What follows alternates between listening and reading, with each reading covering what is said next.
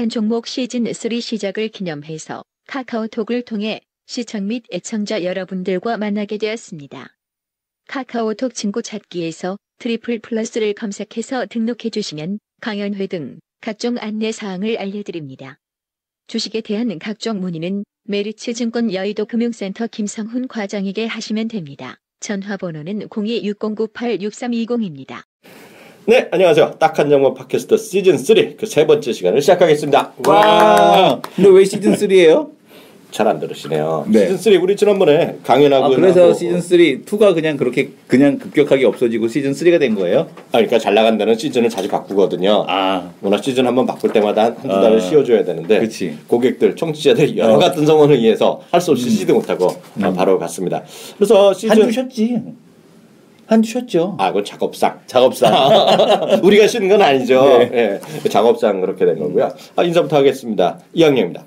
네, 안녕하십니까, 이승원입니다. 네, 안녕하십니까. 메리츠증권 여의도금융센터 김성훈입니다. 앞에 길다. 메리츠증권 여의도금융센터죠. 네, 그러니까 센터입니다. 여의도 그 본사가 아니잖아요. 항상 본사에다 전화를 하시는 분들이 계시고 네. 찾아가셔도 본사로 찾아가시는 분들이 있는데 네. 따로 있습니다. 여의도 네. 금융센터 따로 있습니다. 여기가 네. 검색을 하려면 네. 뭘로 검색해야 되죠? IM투자증권으로 검색하면 되죠. 네, 네이버에 IM투자증권 치시면은 딱 지도랑 위치까지 잘 나오고 거기 3층이죠. 네. IM을 인수해서 메리츠가 된 네. 거니까 네. IM투자증권이라고 써 있더라도 두려워하지 말고 3층으로 오셔서 문을 열어 제끼시면서 김성훈이 어딨어! 하고 소리를 치시기 바랍니다. 합병이 완전 끝나면 이제 네. 이름 바뀔 텐데요. 전화번호가 직통전화가 60 서울 02에 6098에 6320 맞죠? 다시요. 기계음으로 한번 삽입해 주시죠. 했는데도 못 알아듣는 계시니까 자, 메리츠증권 여의도 금융센터 전화번호는 01 그렇게 하면 안 돼. 왜? 기계음으로 진짜 넣어줘. 그건 기계음 앞에 한번 넣어야죠. 네. 하여튼 02에 6098에 6320 네. 있습니다. 그리고 위치가 하여튼 여의도 좀 아시는 분들은 미온 빌딩, 홍은 빌딩 뒤쪽에 있다. 라면 웬만한 수준 아시는 분은 알아들어요. 네. 그런데 모르시는 분은 하여튼 여기서 앞서 얘기한 대로 IM투자증권 본점 네. 빌딩에 있다라고 이해하시면 좋겠습니다. 일단 저희가 장소 제공하는 거를 해갖고 괜히 우리가 빨아주고 있는데 네. 여기 그럴 때가 아니에요 지금요. 네, 네. 시장이 우리가 나름 경고 메시지를 조금씩 네. 계속 드려왔고요. 지난주 2주 연속 계속 말씀드렸는데요. 결국 오늘 한번 시장이 크게 출렁거렸어요.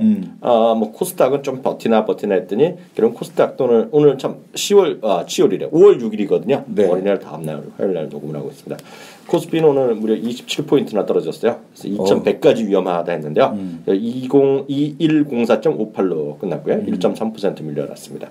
코스닥은 665.94포인트. 지난 월요일보다 1.76% 떨어졌네요. 참 오늘 수요일이네. 수요일. 네. 화요일인 줄 알았더니 하여튼 오늘이 꼭 월요 같기도 하고 또 금요일 같기도 하고 이상한 날이야. 조금 애매하죠. 네. 중간에 계속 하루 쉬고 그랬었는데 오늘 수요일이죠? 네. 네. 오늘 수요일에 녹음하고 있고요. 그다음 오늘 들으신 분은 이제 아마 5월 7일 정도에 아마 팟캐스트 7일이나 8일에서 나눠서 들어갈 것 같은데요. 오늘 일단 3명이 출발했고요. 잠시 후에 2부나 아침에 되면 우리 또 강 선생 모셔갖고 중국에 또 어저께 또 급락이 있었기 때문에요. 중국 얘기도 오늘 또 특집을 한번 마련하는 시간 갖도록 하겠습니다. 일단 시장 상황 요즘 가장 현장에 있는 사람은 우리 김성 과장인데요. 시장 네. 왜 이렇게 떨어져요, 오늘이요? 글쎄요. 뭐 다들 그런 말씀들 많이 하시는데 뭐 그동안 올른 거를 좀 감안을 해본다라면은 어느 정도 쉬어갈 가능성에 대해서는 모두 어느 정도 예측을 좀 하지 않았나 싶습니다. 근데 문제는 사람 마음이란 게 그렇죠. 개인 투자자분들이 잘 안 되는 것 중에 하나가 마켓 타이밍을 잡으려고 하는 게 가장 큰 이유지 않겠습니까?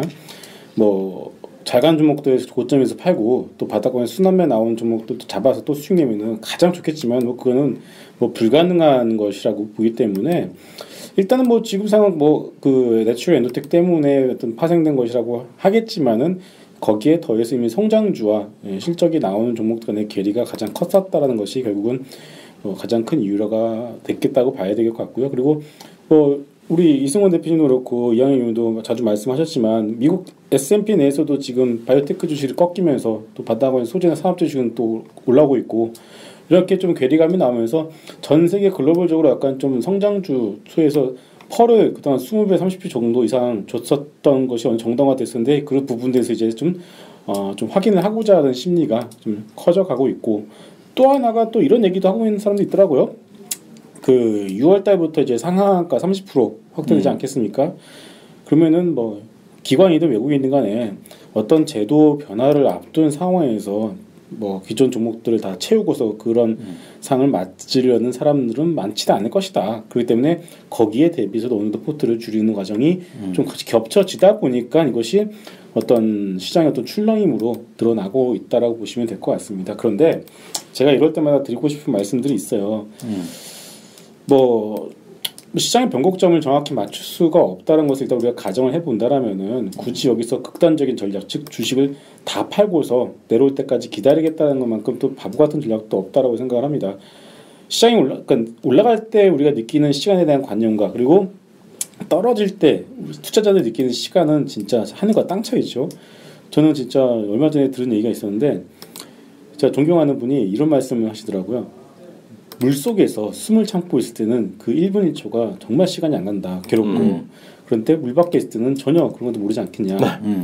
저는 그게 듣고 정말 뒤통수를 때리는 듯이 정말 왜? 그러니까 결국은 시장과 종목의 펀더멘탈은 달라진 게 없다 이거죠.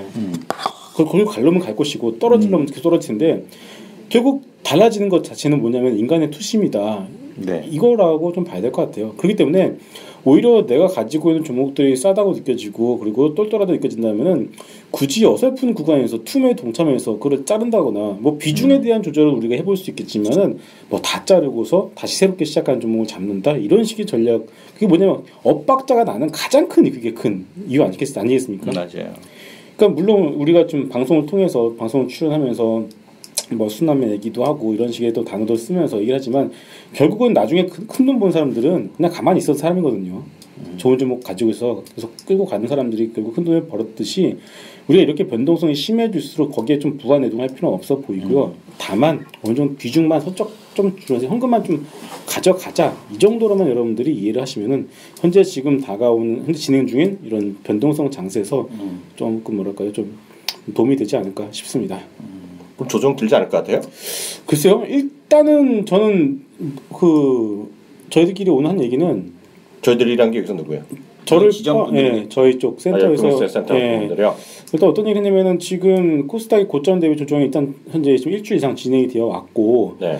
그리고 지금 중국이 어제 4% 급락한 이후 오늘 다시 일단 반등이 나왔고 미국도 지금 뭐 끝나봐야 알겠지만 미선물전지 반등 중인데 만약에 간밤에 이제 미국과 유럽이 어느 정도 양호하게 마감이 된다라면은 저는 내일은 아마 코스닥 중에 아마 급등장이 한번 되돌림장이 나오지 않을까 싶고요. 네. 거기에서 이제 좀 잘해야죠.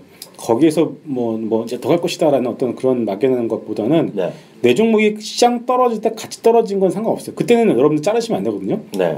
그런데 시장이 급반등 많이 나온다라면은 그때 내 종목이 못 간다. 예를 들어서 벌써 오늘장 같은 보시면은 그 화장품 쪽에서 네. 반등이 벌써 이미 나온 종목도 있었는데 같은 화장품 섹터 올라갔다가 반등이 못 나온 종목도 다시 나오기 시작했어요. 코스맥스 이런 거? 그렇죠. 코스맥스 같은 거 가고 오는데 네. 다른 종목들은 반등이 나오지 못한 종목들이 하나둘씩 나오기 시작합니다. 즉 네. 뭐냐면은 오늘 분명히 지수는 1.7% 코스닥 시장 떨어졌는데 네. 여러분들 코스닥 종목들 보시면은 의외로 다 같이 떨어지는 게 아니라 이제 하나둘씩 반등이 나온 종목들이 네. 나온다 이거죠. 네. 즉 시장은 벌써 스마트하기 때문에 벌써 이런 와중에서도 반등을 대비하면서 네. 더 갈 종목들에서 매수가 들어가고 있다는 거겠죠. 네. 그렇기 때문에 오늘장 특히나 오늘부터 내일까지 이번 주에 시장이 뭐 반등이 나오든 아니면 좀 더 뭐 쉬어가든 간에 내 빨간불이 나오는 종목들에서는 진짜 딱 발라내놓고서는 네. 그 종목들을 여러분들 좀 공부하실 필요가 있지 않나 싶습니다. 이승훈 대표는 어떻게 보고 있어요, 시장? 그 조정에 시장- 대한 요인 그리고 어떻게 좀 보고 있는지 좀. 조정의 요인이 이제 어디서부터 시작이 됐냐면 네. 그 21일 날 작년이래. 지난달 21일이었죠. 네. 그러니까 빌 그로스가 이 얘기를 했어요. 아 그로스 형님이. 빌 그로스가 뭐라 그랬냐면은 독일 국채가 너무 고평가돼 있다. 자기는 네. 레버리지 100배를 일으켜서 매도를 치겠다라는 얘기를 했어요. 네. 레버리지를 100배를 일으키겠다고 얘기를 했거든요. 그러면서 지금 네. 독일 국채 가격이 급락을 했습니다. 네. 4월 달부터 시작해서 독일 국채 금리가 오르기 시작했는데 독일만 오른 게 아니라 네. 글로벌 금리가 다 올랐어요. 그로스 한마디에. 네. 그로스 한마디에 금리가 올랐고 네. 채권 투자의 왕이라고 그렇죠. 하니까. 네, 금리가 오르기 시작하면서 나타났던 현상들. 그동안 이제 그동안에 이제 뭐 금리 그러니까 원래 사실은 우리가 예측했던 6월 달의 시장 조정론 네. 그 이유가 뭐였냐면은 FOMC 회의에서 금리 인상에 대한 시그널, 9월달 금리 인상의 시그널을 줄 거고 그러고 인해서 그때부터 이제 금리가 올라가면서 시장에서 조정이 들어올 거다라는 시기를 예측했었단 말이에요. 그게 한 6월 중순이었단 말이에요. 근데 이걸 한 달 반이나 앞당긴 게 누구냐면 바로 빌 그로스가 이 오랄로 입으로 레버리지 100배를 일으켜 갖고 한다는데 근데 어쨌든 간에 근데 빌 그로스 따라하는 사람들은 돈 엄청 벌었거든요, 이번에. 그렇죠. 그러니까 그런 그 멘트가 일단 시장의 조정, 금리를 글로벌 금리의 상승을 만들었고 그것이 뭐 미국 유틸리티주의 하락이라든가 아니면 나스닥 바이오테크의 하락이라든가 이런 걸 이끌었고 또 그런 것들이 하락을 하다 보니까 한국 시장에서도 이 성장형 섹터 우리는 뭐 내추럴 엔드텍이 일단은 그 트리거 역할을 하긴 했지만 그런 트리거 역할을 한 데다가 이제 그런 것들이 이제 그 동참이 되면서 그런 내용들이 이제 시장에 이제 더해지면서 시장의 조정을 만들었다라고 보고 있습니다. 근데 이제 이 조정이 언제까지 갈 거냐에 대한 쪽에서 5월 달에 반등은 준다라고 봐요. 5월 달에 반등은 주는데 진짜 하락은 뭐냐면 이번 하락이 아니다.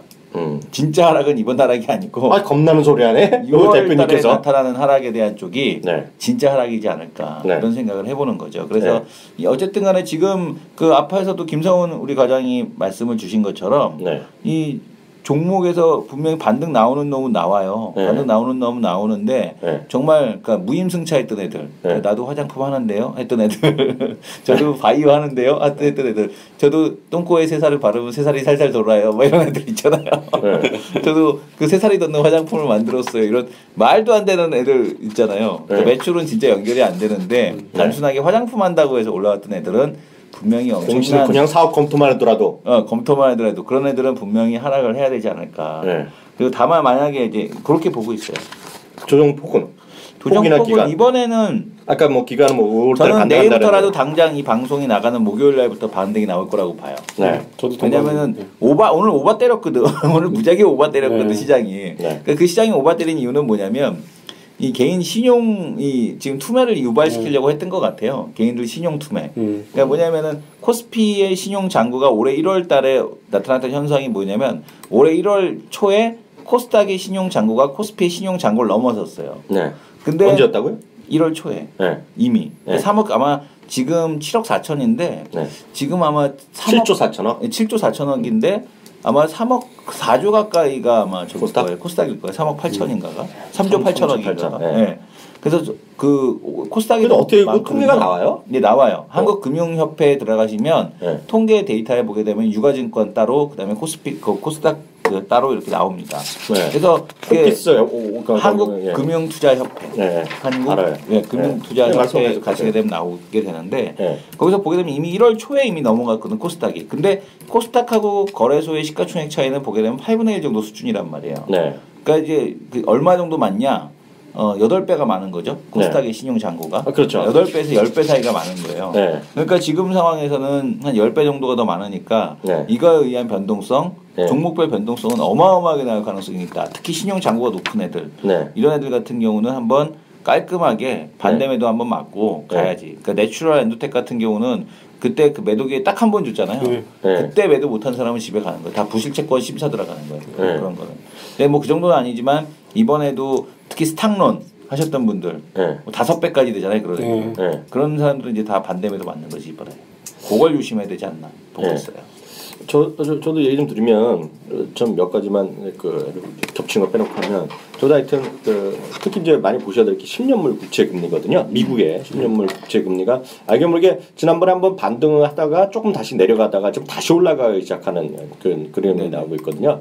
구체적으로 오늘 이제 5월 6일 방송 녹음하고 있다고 얘기했는데요. 그러니까 미국으로 보면 오히려 미국 기준으로 5월 5월이죠. 5월이나 마감했던 10년물 금리가 2.2%가 끝났습니다. 2.2%. 그럼 이제 감이 약간 부족하실 텐데요. 이게 보면 지난 3월 10일 이후 최고치거든요. 3월 10일치. 그러면 이거 어떤 의미가 있냐면 뭔가 냄새 맡고 미리 올라간다는 느낌. 그게 누가 됐건 간에 그로스 형님이 됐건 누가 됐건 간에 그런 얘기를 하는 사람이 충분히 근거가 있을 것이다. 그러면 이게 이것만 보면 이게 추세가 될지 어떻게 될지 모르겠지만 내년에 금리 인상 그런 일부 얘기하는 사람이 있지만 미국 금리가 그렇지는 않을 것이다. 그래서 하반기에는 분명히 있을 것이다. 9월이 됐건 10월이 됐건 그렇게 일단 보셔야 될 것 같고 그래서 사람들 말이 많이 다르지만 이렇게 일단 금리가 올라가는 것이 독일부터 해서 그런 것도 있고 우리나라도 뭐 금리 추가적이나 얘기 있지만 우리나라도 조금씩 좀 올라가고 있잖아요 지금요. 네. 그런 것들이 시장에서 좀 반영되고 있다라고 일단 보셔야 될 것 같고요. 그런 관점에서 금리가 올라가면 뭐 오늘의 증권주가 폭락이 났는데요. 증권주의 폭락은 이제 두 가지로 보셔야 되겠죠. 갑자기 종목군 얘기하면 결국 하나는 거래대금이 고점 대비 지금 반토막이 났거든요. 며칠 안 되는 사이에 그거 하나 있을 것이고 또 하나는 증권주가 올라갈 때 뭐 큰 영향을 있건 없건 간에 논리 중에 하나가 채권 수익이었거든요. 근데 이제 금리가 올라가기 시작하면 머리 아파질 수 있죠. 그래서 그런 부분이 하나 영향이 있다고 보는데요. 걔네가 이번에 금리 내려갈 거라고 하고서 네. 지난달에 베팅을 무지하게 했대요. 채권에다 단기채에다가. 그래가지고 그게 이번에 금리가 이번에 올라왔잖아요. 네. 4월 21일부터 미국스 때문에. 네. 그래갖고 그 실적이 어마어마하게 안 좋아질 거라고 2분기에 그 얘기를 하더라고. 그러면서 오늘 급락 나왔어요. 그러니까 그런 것들이 한 방에 훅 갈 수가 있거든요. 네. 그래서 그런 것들에 대한 그 어떤 판단 그런 것들도 어느 정도는 현실성 있는 얘기다. 그래서 그 부분은 한번 이해하셔야 될 것 같고요. 그 부분은 결국 미국의 금리가 올라갈 수 있다는 것은 결국 그런 쪽에서 보면 유럽에 대한 유동성은 단기적인 얘기가 될지 모르겠지만 유럽에 대한 유동성에 대한 약간의 우려감. 그러니까 제가 말씀드린 건 돈의 쏠림이거든요.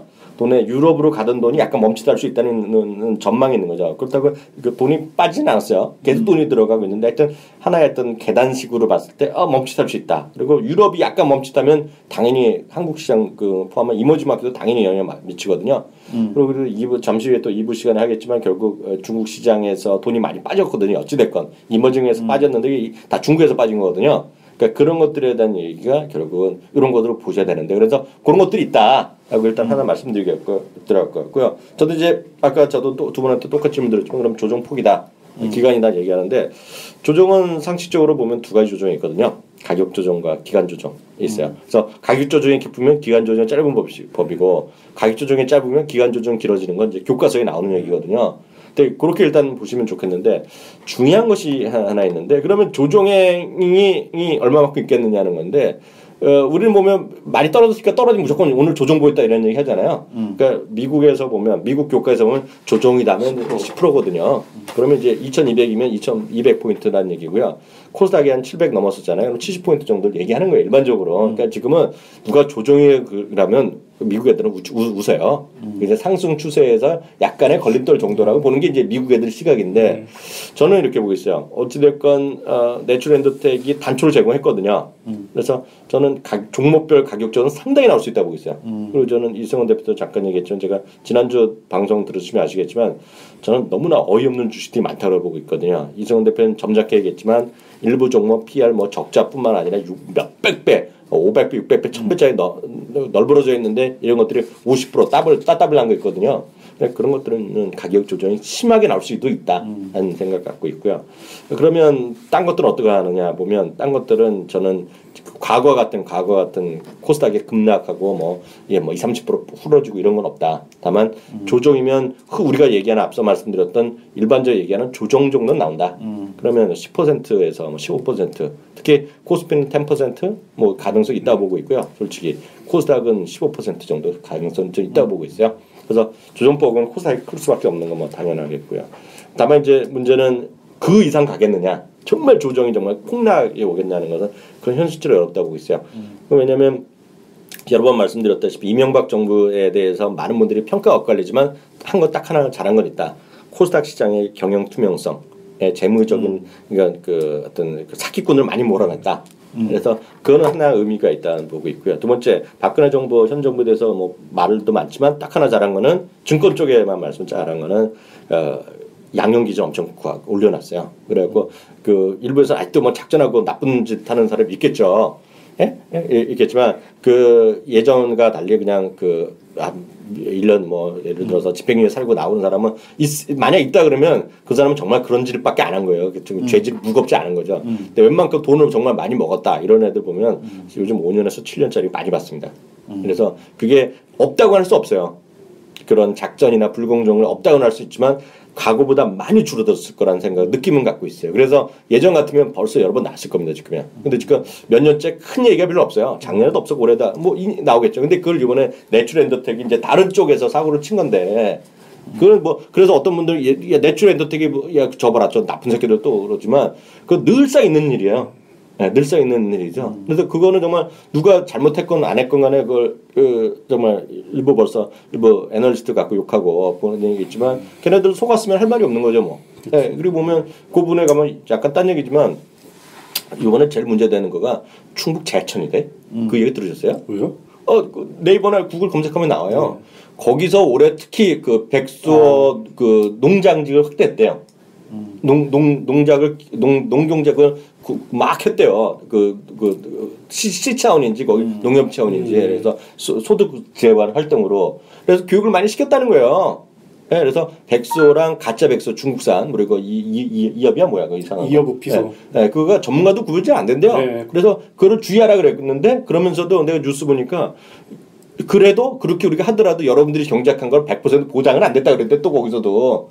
그러니까 이게 선의의 피해인지 정말 악의의 피해인지는 나중에 법의 심판을 받으면 알 것인데 그 중에서 정말 문제되는 거는 그런 거거든요. 그걸 알고 미리 공매도 친 놈이 있다거나 그런 건 이제 완전히 큰 집 가는 거거든요. 올해 또 완전 오래 가는 건데 그런 것들이 이제 법의 심판이 나오는 거고 정말 거짓 정보를 일부러 흘렸다 그러면 잡혀가는 건데 그래서 요번 거는 제가 봤을 때는 흔히 얘기하는 과거의 불공정 작전 이런 거랑 거리가 상당히 있다고 보고 있어요. 정말 그런 놈 있을 수는 있겠죠. 그렇지만 그건 아니라고 보고 있어요. 그래서 저는 지수 차원의 조정은 크지 않을 것이다. 해봤자 미국에서 얘기하는 일반적인 조정 정도 그리고 그게 짧으면 짧을수록 기간 조정 정도로 가고 기간 정도로 가면 뭐 5월이 안 좋으면 6월 아니면 7월에 해서 한두 달은 갈 수 있겠지만 늘 그렇지만 한 번 들어온 돈은 뜨겁기 때문에요. 뭔가 다른 먹거리를 찾는 거죠. 그렇기 때문에 오늘 같은 경우에도 화장품 중에 살아나는 것 보면 이거 뻔하거든요. 왜냐하면 7일인가 8일 내일인가 모레 형님 다시 들어오잖아요. 네. 아모레퍼시픽 형님 들어오니까 몰래. 네, 마중 나가는 거죠. 그렇죠. 형님 오시기 전에 우리가 한 주 해놔야 되지 않겠니? 분위기 살피는 거거든요. 아모레가 역시 신의 한 수야. 되는 놈은 그렇게 되는 거예요. 그러니까 되는 놈은 뒤로 자빠져도 되는 거야. 그러니까 제가 말씀드렸잖아요. 아모레 시장 좋을 때 이거 왜 정지시켰니? 이렇게 사람들이 맨 처음에 얘기하는 사람도 있었는데 야 아모레가 진짜 정지 아니죠. 그 신의 한 수라기보다는 나라님의 윗분들의 뜻을 닫고 K탑 30회에서 맞춰서 가는 거고요. 그래서 얘기했기 때문에 제가 봤을 때는 약간 딴 얘기지만 롯데칠성 이런 것도 그런 뜻에 많이 롯데그룹에서도 하나 액면 분할해서 거래 잘 되고 하나 그런 느낌이 전 있을 거라고 보고 있고요. 하나 보여줘야죠. 하나 좀 해드려야죠. 그리고 저는 이제 그런 갑자기 딴 얘기지만 저는 작년부터 아쉬움이 남는 주식이 딱 하나 있어요. 매번 얘기하고 나서 결국은 올라간 주식이 많은데 안 된 것도 있지만 어이없게 지금 계속 안 된 게 KCC거든요. 그래서 KCC는 말리 50만 원 이거 뭔가 해야 되는데 안 되고 있고요. 요즘 보면 약간 쓸데없는 얘기 하나 더 해드리면 정말 재작년부터 제가 기회가 있을 때 얘기했는데 안 오르더라고요. 2년 동안. 근데 어제 오늘 급하게 올라가고 내가 아침 방송할 때 자수해서 저거는 이해가 안 된다 저거는 회의적이다 그랬는데 대교 근데 요즘 그런 거 보면 정말 이상한 것까지 많이 올라가는 시장인데요. 여하튼 시장은 그게 여전히 그런 게 막 갑자기 올라가고 뭐 메가스타디 분할 상장하면서 올라갈 때 동참하고 이런 것들이 있을 거 아니에요. 그 웅진 뭐죠? 싱크빅. 네, 그래서 뭐 웅진 뭐 회원 수가 웅진은 근데 웅진 북클럽은 그게 저는 의미가 되게 크다라고 보는. 아니 되죠. 아니 맞는데 그게 갑자기 예전 같으면 북클럽이 오늘 어제 있었던 일은 아니라는 거죠. 그렇죠. 그리고 대교 보니까 대교할 때도 보니까 대교 러닝센터 중국 상해 얘기는 막 나오더라고. 그때부터 내가 짜증 훅 나는 거야. 나는 그런 게 아니라 순수한 사람이었는데 갑자기 저렇게 올라가는 거 보니까 보면 좀 어이없는 게 워낙 많다 제가 보기에는. 그래서 그렇지만 종목별로는 조정이 결론 삼아야지만 앞으로도 많이 남았을 것 같다. 다만 지수 차원이고 그래서 종목을 잘 선택하면 큰 문제는 없을 거란 생각이 일단 같다. 그래서 말씀드렸고요. 종목별로 종목이나 이런 것들 특히 우리 종목이나 이런 관심이 있으면 핵심이 되는 거 몇 가지는 코멘트 좀 해보고 일단 탐방 간 거 있으면 같이 한번 얘기해보는 시간을 갖도록 합니다. 이성 대표 연세 꼭 이 종목만은 좀 언급을 해드려야 되겠다. 그런 거 있으면요. 이번 시장에서 안 망가진 종목이 뭐냐면 핀테크 관련주들이 안 망가진 것 같아요. 그러니까 오늘 그 아래 꼬리 달고 올라왔지만 그 핀테크에서 다음 카카오가 아니라 이 다우 기술 다우 데이터 이거거든요. 근데 이제 다우 기술도 좋은데 시장에서 이제 좀 때가 덜 탄 종목이라고 보면은 이 다우 데이터가 때가 좀 덜 타지 않았나 네. 이렇게 보고 있거든요. 네. 근데 이게 왜 그러냐면 의미가 뭐냐면 딴 거 다 필요 없이, 그러니까 네. 다우 데이터나 다우 기술은 커버리지하는 증권사도 없어요. 아 그래요? 네, 커버리지 네. 다우 기술은 최근에 하나 있었는데 네. 커버리지도 잘 안 해요. 근데 네. 이제 다우 기술 같은데 보게 되면 뭐 용인 죽전에 땅이 있죠. 그 다음에 그 동안에 사실 다우 기술 한 게 뭐야? 네. 별거 없거든. 네. 그냥 그 MS 총판이었잖아, 총판. 네. 그냥 그 뭐야 라이센스 사다가 네. 그거 깔아주고 대신 설치해주고 그거 받고 돈 받고 소프트웨어 별거 없어. 말이 기술이지. 근데 네. 이제 사실 다우 기술이 하는 게 뭐냐면은 그 우리나라 저기 뭐야 저 ERP 프로그램 만드는 회사 뭐지? 더존비전. 더존비전처럼 얘들도 개발은 사실 하거든요. 그러니까 더존비전은 진짜 개발하는 회사였다고. 근데 이제 다우 기술이 근데 그동안은 다르게 최근에 이 진짜 자기네가 개발한 프로그램 쪽에서 용역 쪽에서 매출이 나오고 있어요. 네. 그래서 이런 거를 좀 봐야 되지 않느냐. 회사가 일단 체질적으로 좀 변하고 있다. 네. 다우 기술, 다우 데이터가 네. 체질적으로 좀 변하고 있다라는 데 좀 주목을 해야 될 것 같고 네. 또 하나는 지금 보게 되면은 이번 핀테크 관련돼서도 네. 뭐 키움증권이 할 수도 있고 다우 기술이 할 수도 있고 뭐 어디가 할 수도 있겠죠. 근데 사실 다우 기술만큼 네. 저축은행도 해봐. 저축은행 프로그램도 설치해봐. 네. 그다음에 증권도 해봐. 네. 인터넷 쪽에서. 그렇죠. 그다음에 지금 보게 되면은 그 SNS도 얘네들이 기업용 SNS도 서비스하고 다 하거든요. 네. 그러니까 이런 거에 대한 확실한 경험을 다 갖고 있는 회사가 사실 다우 기술밖에 없다라고 봐요. 네. 그리고 이제 최근에 김익래 회장이 네. 원래 뒷방에 앉아 계시고 네. 늘 이렇게 회장님 역할만 하셨잖아요. 네. 근데 지금 실제 업무에 다시 복귀하셨습니다. 저기 출근도 자주 하시나? 출근을 하실 뿐만 아니라 네. 일선 현장에 지금 다우 데이터 네. 그 저걸로 그 등기를 올렸어요. 아 그래요. 이거는 네. 무슨 의미냐? 이게 김익래 회장에 대한 그 일선 복귀가 의미하는 바가 뭐냐? 네. 이게 바로 핀테크를 본인이 직접 챙기시겠다라는 거거든요. 그러네요. 맡기지 않고 내가 직접 할게 이번에. 네. 라고 얘기하시는 거기 때문에 그러니까 이분이 보게 되면 키움증권이라는 기업을 키우고 그동안에 이렇게 뭐 사람인 상장시키고 그다음에 그 뭐죠? 그 한국신용평가정보인가? 사람인 것도 그 네, 다우 다 대회사 다울 거예요. 그거 저기 한국신용평가정보. 그게 뭐 하는 건데 홍보 하잖아요. 네. 사람인 네. 거. 그다음에 뭐 한국신용평가정보 이런 것도 다 다울 거거든요. 아 그래요. 네, 그러니까 이런 거 그동안의 촉을 보게 되면 김익래 회장의 촉이 상당히 좋단 말이에요. 네. 근데 이분이 일선에 복귀해서 핀테크를 하겠다라고 했다는 것은 네. 그만큼 이쪽에다 강하게 드라이브를 걸 가능성이 있다. 네. 그리고 이미 그 전에 사전 포석으로 저축은행까지 오프라인에서 인수까지 하지 않았습니까? 또 그 형님이 또 가르쳐 있잖아. 네, 네. 왜 연락 안 해 자기? 또 뜬금없이 하기 좀 그렇잖아요. 다 된 다음에 가서 또 얘기하려고? 다 된다. 딴 다음에 가서 하면 되지. 그렇진 않죠. 지금 의뢰하고 전화해도 진짜 전화 엄청 하는 이 아저씨. 전화하고 뭐라 그래? 한국말로 해. 한국말로 하이 어떻게 지내세요? 한번 놀러 가도 돼요? 이렇게 하면 되지. 씨요리 뭐 한번 이러면서 놀러 가도 되죠. 그러면 네. 오러 올 거 아니야. 그럼 가서 한번 밥 한 번 사주세요. 그러고 첫날 맞이 그러면 뭐. 오지 말라 그러면 어떡해? 뭐라 그러지? 그 형님이 그럴 분은 아니지. 사장님 뭐 이러면서 네. 사장님 안녕하십니까? 메시지 한번 넣을까? 네. 무슨 메시지 전화를 드려야지. 비서실 통해서 이렇게 해갖고. 비서실을 통해서 그럼 당연하지. 핸드폰 번호밖에 몰라 나는. 이 사람아, 거기는 멀쩡한 회사인데 일사하면 그 인터넷 차면 자기가 그렇게 30초면 다 나올 거 핸드폰으로 하면은 전화 받으실 것 같아. 그래도 그런 게 아니지. 그런가? 비서 통해서. 비서 통해서 하는 게 예의지. 그런가? 그렇지. 뭐 애도 아니고 말이야. 메시지 넣고 비서 통해서 한번 해야겠다. 그렇지. 네, 그래서 중요한 게 그게 아니라 김익래 회장이 일단은 직접 그 현업에 복귀했다는 것 자체가 네. 이 키움증권이 이쪽에다 네. 승부수를 많이 띄웠다. 네. 그 다우 그룹이 네. 그렇게 보여집니다. 그래서 그리고 시기상으로도 보게 되면 인터넷 은행에 대해서 6월 달까지 결론을 내겠다라고 정부에서 얘기했잖아요. 그러니까 이번에 2개 정도 한다고 여기 나왔잖아. 그죠? 네. 화장품하고 이런 거 쉴 때 핀테크라든가 아니면 클라우드 컴퓨팅 해갖고 이쪽으로 갈 수 있어요. 또 다우 기술이 뭐로 분류되냐면 네. 클라우드 컴퓨팅 관련 소프트웨어 개발 쪽으로 분류가 돼서 뭐 테마 쪽으로도 맞을 수도 있고 이런 쪽으로도 맞을 수도 있고. 왜냐면 그거는 하여튼 제가 보기에는 이번에 이거 박근혜 정부의 최대 이권 사업이야, 그거. 그렇죠. 최대 사업이야, 최대 사업. 네, 그래서 그걸 주목해야 되는 건 맞다 이렇게 일단 보셔야 되는 그러니까 그분이 현업에 복귀했지 몇 년 만에. 그런가?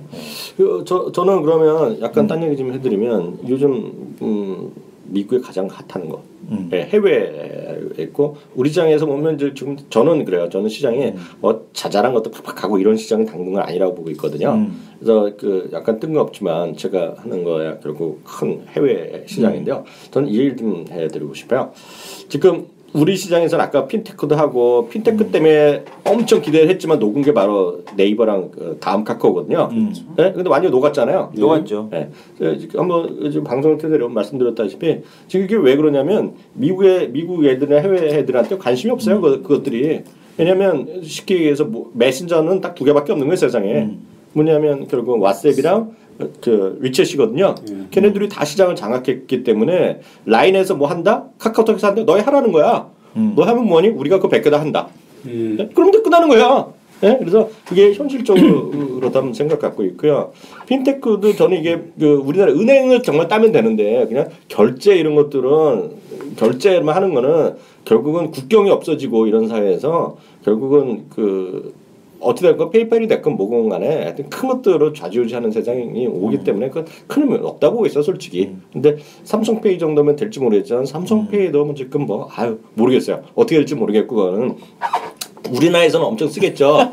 우리나라에선. 그 뉴스 봤어요? 뭐요? 어저께 나왔던 뉴스? 뭐요? 삼성 아니면? 갤럭시 S6 판매 1,000만 대 넘은 듯.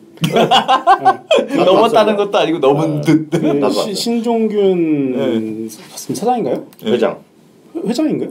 삼성전자 회장 아니야? 아니 회장이 사장. 사장이죠, 사장. 회장님이 해드려야지. 돈은 몇백, 500억, 600억. 250만 원인가? 그래. 또 그분이 기자회견 했는데 그런 식으로 좀 애매하게 얘기를 그러니까 이거 뭐야? 아니 그래서 삼성페이 이거 깔리는 거야? 아 근데 저는 그 삼성페이가 잘 되고 안 되고는 그게 중요한 것 같지 않고요. 아니죠. 그렇게 얘기하면 이승원 대표 혼나지. 이승원 대표 엄청 높게 봤는데. 저도 일단 계속 보고 있고 왜냐면은 그 관련해서 나이스 정보통신이라는 기업이 안 빠지고 잘 버텨주고 있고 좋아요. 그렇기 때문에 그 핀테크와 더불어서 어차피 핀테크는 어차피 되게 좀 러프한 개념이잖아요. 되게 큰 개념이고 그 안에 들어가는 것 중에 하나가 뭐 전자 결제의 어떤 편의성이 있기 때문에 저는 그와 관련해서 결국 전자 결제주는 일단은 되든 안 되든 일단은 봐야 된다고 보고 있고 그리고 삼성페이가 뭐 성공을 할 수도 있고 안 할 수도 있겠지만은 결국은 그것이 앞으로 우리가 나중에 1년 뒤, 2년 뒤에 지금보다 더 편한 결제를 할 수 있는 가는 것 하는 중요한 과정이라고 본다라면은 계속 관심 있게 좀 봐야 되지 않나 싶습니다. 저는 냉정히 얘기하면 삼성페이 있잖아요. 최대한 쓰면 아마 2천만 명 쓰겠죠. 우리나라 국민 절반 정도 쓴다 보겠는데요. 그게 왜냐하면 근데 언젠가 잘 많이 쓸 거예요. 왜냐하면 이번에 보면 이번에 그 요코드 왔을 때요. 알리페이 다 받았거든요. 우리 웬만한 백화점이나 면세점이 그렇죠. 그렇기 때문에 이제 많이 익숙해지는 건 맞죠. 근데 그건 그렇고요. 그래서 요즘 가장 뜨거운 이슈는 그 하여튼 뭐 핀테크가 맞는데 또 하나가 바로 대체 에너지다. 다시 한번 이 말씀드리겠는데요. 특히 뭐냐면 이제 지난주 4월 30일 날요. 엘런 머스크 회장이 저걸 발표했잖아요. 파워월과 파워텍을. 파워월. 네. 근데 보면 이게 뭐 얼마나 돈이 든다 안 든다는 얘기를 많이 하는데요. 그냥 간단한 거거든요. 3,000불 정도를 이제 투자를 하면 물론 이제 이미 패널 같은 게 있는 사람, 태양광 패널 있는 사람은 좋게 얘기가 되겠지만 얼마 할인 받냐면 기존 전기가보다 25% 싸다. 아주 단순하게 강조한 거거든요. 그리고 남는 전기를 여름에 낮에 모아뒀다가 밤에 쓰자. 그래서 그게 어느 정도냐면 하루 8시간 쓰는 거기 때문에 미국 같은 경우나 했던 데 보면 이제 상당히 큰 의미가 있다 보고 있고요. 또 하나가 이제 요걸 이제 디테일하게 아시는 분 계실 텐데요. 태양광의 그 비즈니스가 크게 두 개로 나뉘어요. 하나는 큰 어떤 설비 투자하는 애들 있잖아요. 태양광에 큰 발전소 차면서 엄청 크게 하는 짓는 애들 있고 또 하나가 그리드형이거든요. 분산형. 그러니까 집집마다 조금씩 갖다 놓고 그러니까 잘게 쓰자 이런 개념인데 그 소위 그걸 한국말로 분산형이라고 그러거든요.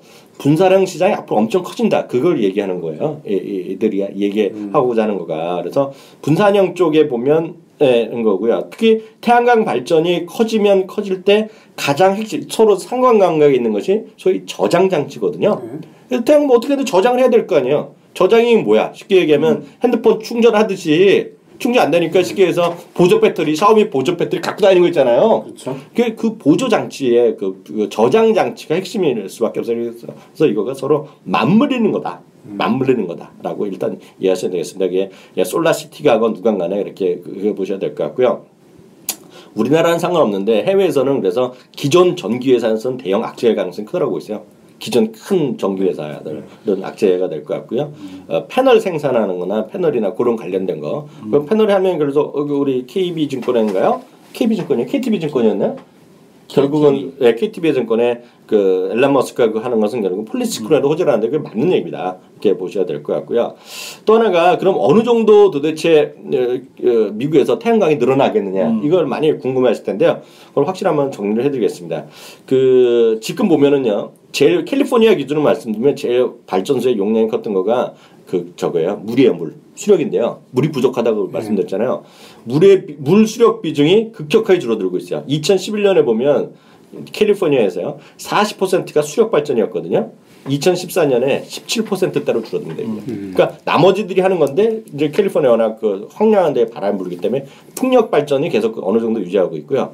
제일 빠른 속도로 늘어나는 게 태양광 발전이 늘어나고 있어요. 그리고 이번에 또 앨런 머스크가 얘기한 거 향후 5년 안에 낮 시간 있죠. 낮 시간의 경우에는 그 에너지 생산의 최고를 57%를 이 태양광이 차지할 거라는 얘기하고 있어요. 그래서 이걸 모아서 써야 된다. 밤에 그냥 여름에 모아서 쓰고 뭐 이러는 걸 하는 거죠. 그러니까 여름에 많이 모아서 겨울에 쓰거나 뭐 이런 얘기 하는 거거든요. 그러니까 이런 것들이 핵심이 될 것 같고요. 거기에 가장 성공할 수 있는 거는 결국 태양광이랑 이쪽으로 보면 리튬이나 뭐 이런 쪽에 있잖아요. 그거의 단가가 계속 떨어지고 있는 거죠. 그게 투자비가 떨어지는 거니까 올라가는 거죠. 그래서 저는 이렇게 보고 있어요. 이게 자꾸 우리나라만 봐서는 안 된다. 제가 말씀드린 거가 네이버랑 다음에 잘 안 되는 거가 외국인들 보기에는 그게 보다는 그거 살 돈 있으면 저거 산다는 얘기거든요. 위챗이나 그 왓츠앱이나 보는다는 거고요. 결제한다 그러면 우리나라에 결제 관련도 있지만 지금 온통 관심은 페이팔 나오면 페이팔 사겠다는 애들이거든요. 지금은. 그래서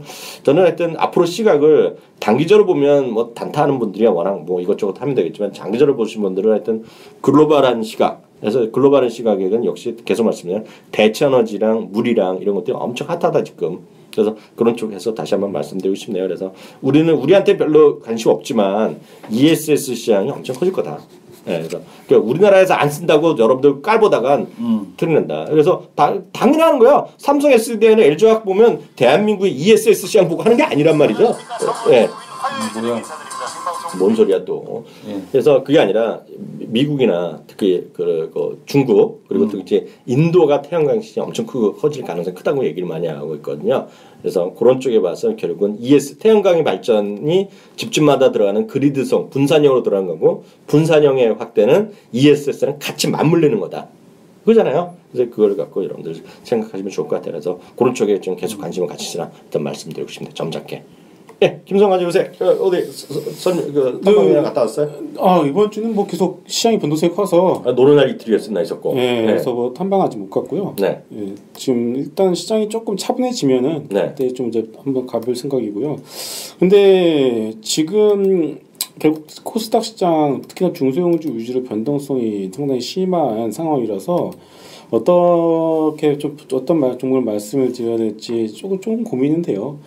그런데 그럴 때일수록 심플하게 좀 봤으면 좋겠습니다. 심플한 거 좋죠. 어차피 그동안이 성장주가 갔었고 실적에 대한 것보다는 꿈을 가지고서 먼저 간 종목들이 많았다라면은 이제는 진짜 숫자가 잘 나온 기업들을 보면은 좀 더 좀 심플해지고 전략을 세우는 데 있어서 도움이 되지 않을까 싶어서 그냥 아예 실적 발표한 기업도 있잖아요. 그 중에서 좀 땡기는 종목 하나 가져왔습니다. 와이솔입니다. 와이솔 얘기했던 건데? 제가 저번에 얘기했나요? 아닌데. 아니. 얘기 좀 들어본 것 같은데. 딴 데서 얘기한 거예요. 저 와이솔을 좀 봤으면 좋겠어요. 와이솔 1분기 실적 나왔는데 상당히 잘 나왔습니다. 상당히 잘 나왔고, 근데 이게 좀 그 의미를 부여하는 게 1분기 실적이 약 71억 4,500만 원 나오면서 전년 동기 대비 91%가 급증을 했어요. 매출액도 52% 늘어나고 당기순이익도 78% 상당히 좋은 실적 나왔는데 중요한 건 1분기가 비수기라는 거예요. 비수기 이 정도 실적 나왔다는 것은 결국 2, 3분기까지는 4분기는 뭐 세트 업체 쪽에만 그렇지 그 소재나 이쪽에는 좀 비수기 때문에 2, 3분기까지는 상당히 좀 좋은 실적이 나올 가능성이 높다라는 거겠죠. 그래서 일단 숫자가 나왔기 때문에 뭐 꿈이고 뭐고 자식이고 간에 이건 숫자 나온 거기 때문에 이것들 같은 경우에는 좀 지금 구간에서 상당히 좀 먹어줘야 된다. 먹어주는 기업이 될 거라고 보여지고 있고요. 그리고 뭐 이를 또 감지했듯이 외국인한 기관이 4일 연속 오늘 포함해서 쓸어 담고 있더라고요. 그래서 저는 차트도 중요하고 펀더멘탈도 중요하지만 또 수급도 상당히 좀 무시를 그러면 못하거든요. 무시 못하죠. 그 제가 지지난주인가요? 3주에 있던 게 하이비전 시스템이라는 종목이 있었는데 네. 그거 오늘 코스닥 시장 2% 무너지는 와중에서도 안 무너지고 지금 오늘 4.5%인가요? 또 급등하면서 마감을 했어요. 그런 주식이 내일 무너지는 거 아니야? 뭐 그럴 수도 있겠지만 그러니까 그게 뭐냐면은 이게 숫자도 나와주면서 갑자기 수급이 확 몰린 종목도 있어요. 요즘에 좀 된다, 나온다 하는 종목들 갑자기 수급이 몰리면서 그 잘 버텨준 종목들이 있는데 이것도 하이비전 시스템 같은 경우도 그렇고 아이소도 그렇고 단순히 끝만 가지고 가는 기업은 아니거든요. 이런 그렇죠. 기업들은 실체가 있는 기업이기 때문에 이들 종목군들 쪽으로 이제 시장이 좀 관심 있게 보는 것 같습니다. 그래서 특히나 와이소 같은 경우도 소필터 만드는 회사인데 결국은 저는 이제 더해서 핀테크와 더불어서 아직까지 제대로 한번 또 테마가 부르지 않는 것 중에 사물 인터넷이라고 봐요. 그렇죠. 사물 인터넷이 아마 다시 그다음 화장품과 맞아요. 중국 소비 이어서 아마 한 번 더 핀테크 엮어서 한 번 또 새롭게 나올 가능성이 있기 때문에 그래서 결국 사물 인터넷의 대장주면은 미국의 시스코 시스템즈 아니겠습니까? 그렇죠. 그 시스코 시스템즈 협업을 하고 있는 우리나라 기업이 두 개가 있는데 와이소라고 이수페타시스입니다. 그래서 또 싸기도 하고 실적 대비해서 싸기도 하기 때문에 이들 기업들은 여러분들이 계속 추적을 할 필요가 있어 보이고요. 그리고 또 하나 이거는 좀 뭐 당장 그런 건 아니겠지만은 그렇다고 해서 우리가 그동안 기존의 대장주였던 중국 화장품을 버리면 안 됩니다. 중국 화장품은 우리가 버리면 안 될 것 같고 그렇기 때문에 뭐 어설픈 종목들 빼고는 어느 정도 조금 나와주는 뭐 제로투 세븐이나 이들 종목들 같은 경우에는 좀 기관들도 좀 이제 슬슬 이제 가격대에 대한 부담이 없어지니까 한 3일 정도 이제 바닥권에서 좀 모아가는 모습들이 나오고 있더라고요. 그래서 이것이 중국 화장품주들이 고점을 갱신할 것지는 이제 좀 가봐야 되는 문제지만 일단은 고점 대비 거의 30%에서 10만 거는 50%까지 조정이 나온 것도 있어요. 이들 종목들에서도 뭐 단기적 관점으로도 일단 접근하는 것도 나쁘지는 않을 것 같습니다. 화장품은 그렇고요. 또 마감하기 전에 일주일밖에 안 되고 이틀을 쉬었는데요. 그 고객분들은 엄청 불안해하지 않아요? 지금 그 시장이 갑자기 급락세로 돌아서서 그렇죠. 어떻게 지금 대응했는지 고객분들 어떤지 좀 진솔한 얘기 좀 해주세요. 네, 일단은 당연히 시장이 어느 정도 조정 흐름이 나왔기 때문에 일단 전체적인 수익률 자체는 뭐 시장보다는 좋지만은 그래도 같이 작아진 건 사실이고요. 물론 그런 와중에 똘똘한 종목들의 경우에는 오늘 중에 하나 또 상한가 들어간 것도 있었고. 오늘 상한가 들어간 게 있어요? 뭔데요? 그 성창기업 지주라고 그 자산가치 지주거든요. 그것 같은 경우도 워낙에 좋기 때문에 제가 편입을 시켰는데 다행히 또 시장 오늘 급락하는 와중에 상한가 들어갔기 때문에 뭐 그것도 결국 좋은 종목들은 그런 식으로 또 이제 답을 주기 때문에 뭐 지금 상황에는 솔직히 뭐 그 시장이 한창 올라갈 때보다는 좋지는 않지만은 그렇다고 해서 우려할 때서 중요한 게 저희들이 엇박을 나는 행동을 하면 안 되지 않겠습니까? 괜히 이럴 때 막 고객들이 걱정한다 그래서 우리까지 그렇게 휘둘리거나 걱정하면은 다 같이 이제 망하는 거기 때문에 그럴 때일수 저는 이제 엇박 나지 않게 관망할 건 관망하고 진짜 약할 거는 시장 다 떨어져 짜는 거 아니지 않겠습니까? 그렇죠. 일단 오늘이든 내일이든 내일 모레든 시장 급반등 나오거나 그러면은 그때 같이 못 올라가는 것들은 좀 덜어내고 다시 한번 포트를 재편입해서 또 이제 5월 장세를 좀 맞이할 생각입니다. 네, 그래서 오늘 1부는 여기까지 하겠고요. 또 그 2부는요 특집으로 또 중국 얘기할 때 다시 어떻게 시작을 하도록 하겠습니다. 수고하셨습니다.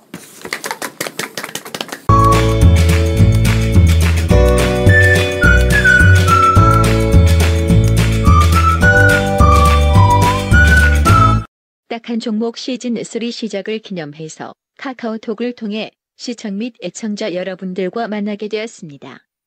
카카오톡 친구 찾기에서 트리플+를 검색해서 등록해 주시면 강연회 등 각종 안내 사항을 알려드립니다. 주식에 대한 각종 문의는 메리츠 증권 여의도 금융센터 김성훈 과장